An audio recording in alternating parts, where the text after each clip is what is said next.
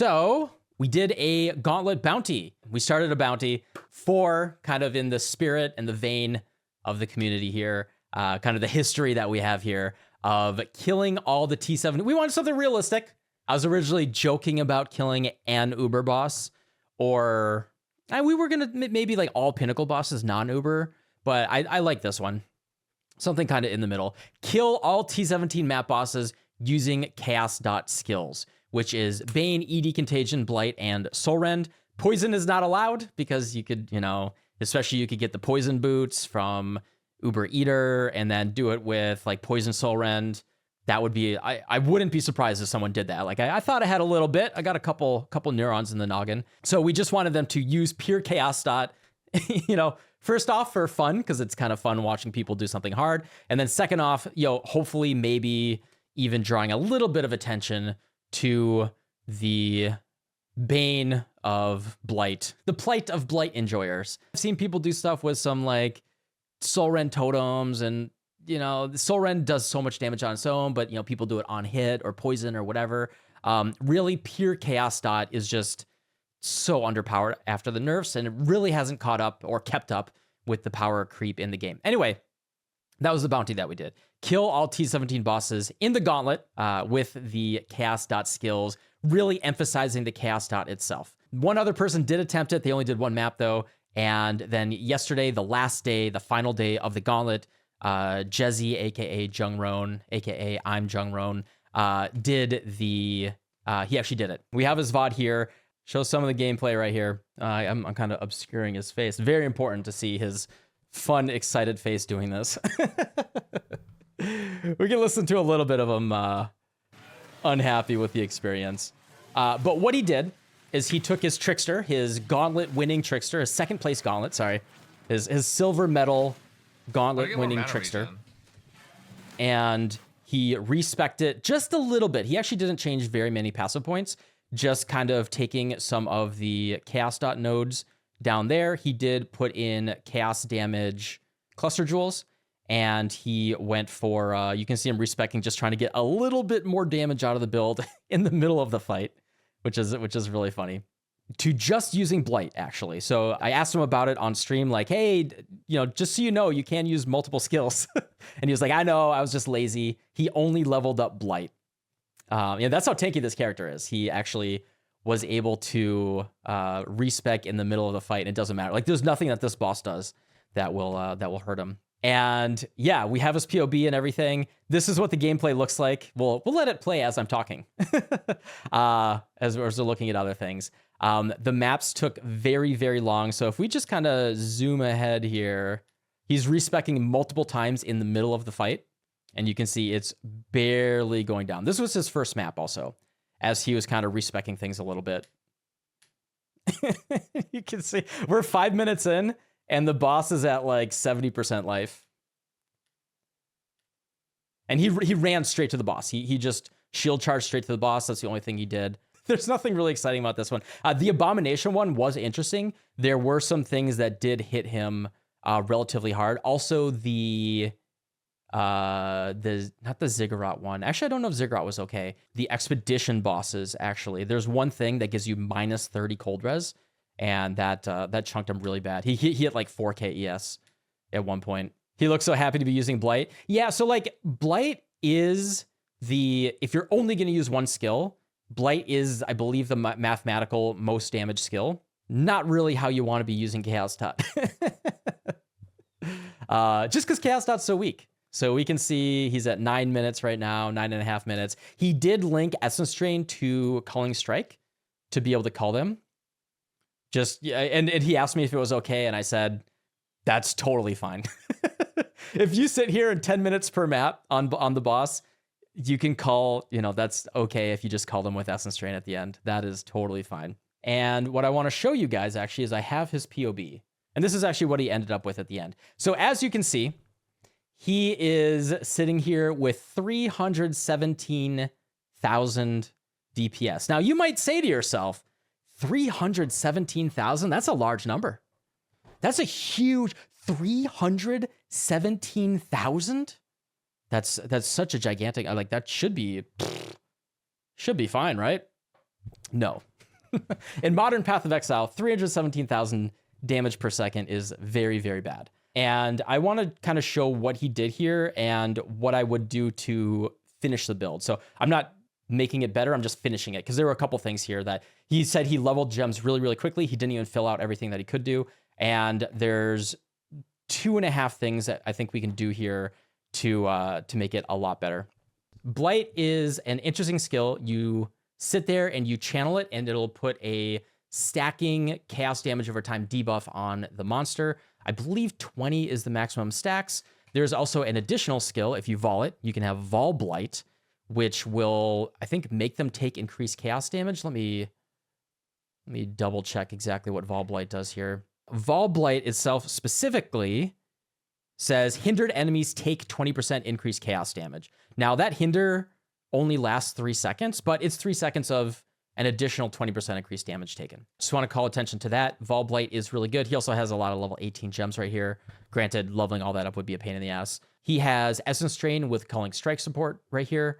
And that is it. That is the whole combination of what he did.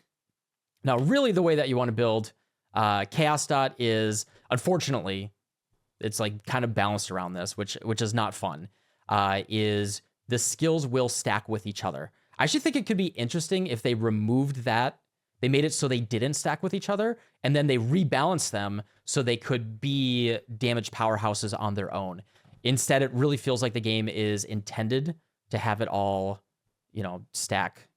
They all stack with each other and all that. Oh, the other thing that he was very lazy about was wither stacks. So yeah, I believe his only source of wither here is a withering step. He didn't even have the ability to use it that much because it interferes with your Frostblink.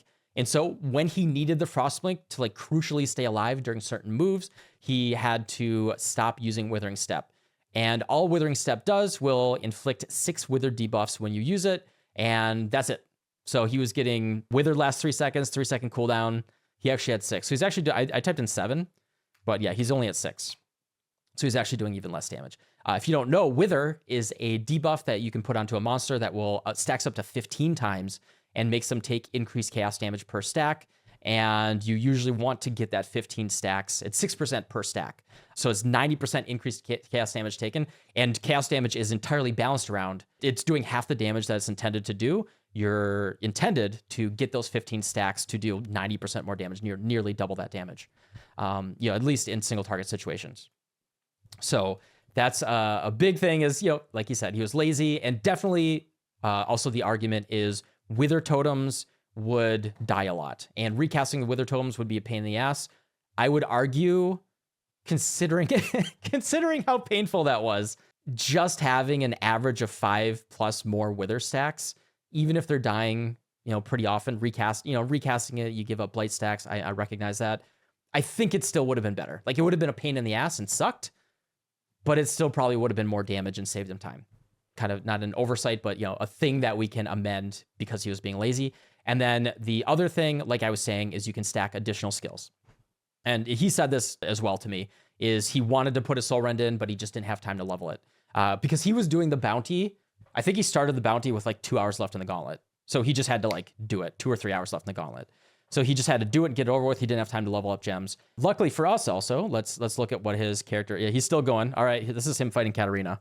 So Katarina does hit him. He takes some chunks from Katarina. Yeah, you can see it gets a little dicey. I mean, he's cool as a cucumber, but I guess you don't see. Yeah, he's no stress at all. I mean, he already is finished with the Gauntlet, but yeah, definitely pretty chunky at some of these, even with 14,000 ES. So if we look at his character, he's got 1, 2, 3, 4, 5, 6 empty gem sockets right now. We have a lot of gem sockets that we can fill out and kind of finish out this build. I'm not going to change any of the gear. I'm going to see if we can sneak in a single suffix. We'll show how I would change the build here a little bit. And just to finish the build, I will say. If this build were played for a couple more days, or, for a Gauntlet hardcore player, 4 hours, how would we finish this out? So first thing that I would do, we have 6 gem sockets that we know we can play around with. First off is we are going to change the gloves right here. You would probably have to recombinate it, but they were recombinating everything anyway. The big thing that you would want here is the Essence modifier for Essence of Delirium right here. Socketed gems deal 30% more damage over time. This will give you a pseudo 5-link in your gloves. Now, you do have to craft this with Essence of Delirium, but with Recombinator shenanigans, I think you could get this done in a reasonable time in the Gauntlet. You would just have to farm essences for a couple hours and recombinate it. So we're going to put this on here, and we're going to remove... We don't even have to multi-mod anymore. We're just going to do that. So we're going to essence craft this and just craft it damage while leeching. And we're going to just change that. Now, is there something else? Yeah, I think we might be able to get chaos damage on the implicit as well. Let's double check what that is. Where are we doing this? At implicit. So we'll just do tier 2. 6% more damage. And then in the gloves. So currently in the gloves, we're going to put this in boots. And the other thing that was in boots, the Immortal Call right here, we're going to put Immortal Call, level 2 Immortal Call. We're going to put that in the weapon right here. And then in the gloves, we're going to put Soul Rend. How long is Soul Rend lasting? Was he using Swift Affliction on his Blight as well? He was. So interesting thing here. Let's look at this. Yeah, I don't think he had the ideal links here. Is faster casting even actually more damage? Yeah. So and especially since he was just channeling all the time, the thing about Blight, you really don't want to use Swift Affliction because you're not able to maintain as many stacks. Because you Blight, I think, stacks 20 times, and with Swift Affliction, you don't maintain as many stacks. Granted, this does hurt his mana cost a little bit. But yeah, even having more duration would have been more damage than Swift Affliction. Okay. Include in full DPS for both of these. And now we brought him from 300k damage to 582k. And I believe we still have some links available. So Shield just has Frostblink in it. Weapon 1 is full. Soul Rend is in the gloves. This is actually more... Oh, sorry. It wasn't in the gloves before. That should be more damage, actually. Yeah, 625. Nice. Then we're going to, in the shield, we're going to do it. We're going to have Wither Totems. And like this, we can set it to 15 Wither stacks very reliably. And there we go. So this is what I would do. Like, I'm not changing. I'm like barely touching his gear. I'm just showing what I would do if I were going to finish his build from where he had it, just so it would make it less painful. And so we have nearly tripled his damage. So if we look at, you know, he's at a 13-minute boss fight so far. That 13 minutes could go down to, 4.5 minutes, which would, that's a lot of time saved, especially times 5 different maps. Like I said, I get why he didn't use the Wither Totem. It's annoying.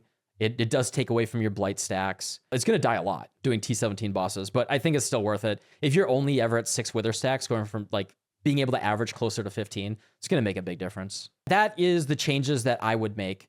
Very, very minor changes. Like I said, I would just move some gems around. I would get the new implicit on the gloves for chaos.multi. I would craft, if you have the time, I would craft the new pair of gloves with the Delirium essence on it. Since they're using recombinators anyway, I think this would be, hopefully, would be relatively realistic for them to craft. And then I would 4-link a Soul Rend in the gloves here. Let's see how long the Soul Rend is lasting. I don't want it to be like obnoxious. Skill duration mod 1.1. 0.69 seconds. Yeah, we can't use Swift Affliction. Level 9 Arcane Surge, still at 848,000 damage. 0.891 seconds. You'd go like Blight, Soul Rend, Blight, Soul Rend, Blight, Soul Rend. You'd have to be doing that nonstop. Essence Drain actually has a very long duration. So now it's at 5.6 seconds. So that allows us to still keep our very high Blight stacks. And then with ED, we can actually use Swift Affliction. But yeah, very cool. Huge props to him for doing it. And yeah, I'll show him when he completes it here. The Abomination was crazy. This took so long. I was watching it with him here. Yeah. So he actually said that his SCB yoinked the good ones, man. Like it's actually after a full week, right? But he said, especially doing this, like I'll show you that I'm not cheating. Holding down the button shit. all day. Look, I'm holding down my mouse. He's just holding down Blight the whole time.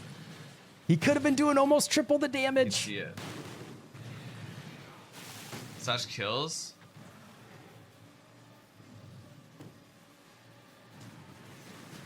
All right, this is actually going to take a couple minutes. Hold on, let's just go forward. Show his moment of victory. But it was experience. All right, here we go. First play Shadow when it's bad. We're almost there. Yeah, this took him like an hour and a half. Just need a moment There we go. to catch my breath. Congratulations, he did it. Oh my god, my mouse! I need to replace it now. Ow, man. Sacrificed his body to get it done. Huge congratulations to him. I just wanted to show that on stream. Probably cut this to a video on YouTube too. It was $260. Huge thank you to Operator John, Tyrell, and Moxium for also contributing to the bounty. For $260, really big bounty and well deserved by John Rowan. So yeah, cool stuff. Thought it was fun. You know, it'd be fun to sneak in a little chaos dot and maybe draw a little attention to one of the most underpowered archetypes in the game. And yeah, I'll share the POBs and everything. Yeah, actually out here. No one is gonna ever build this and no one actually cares, but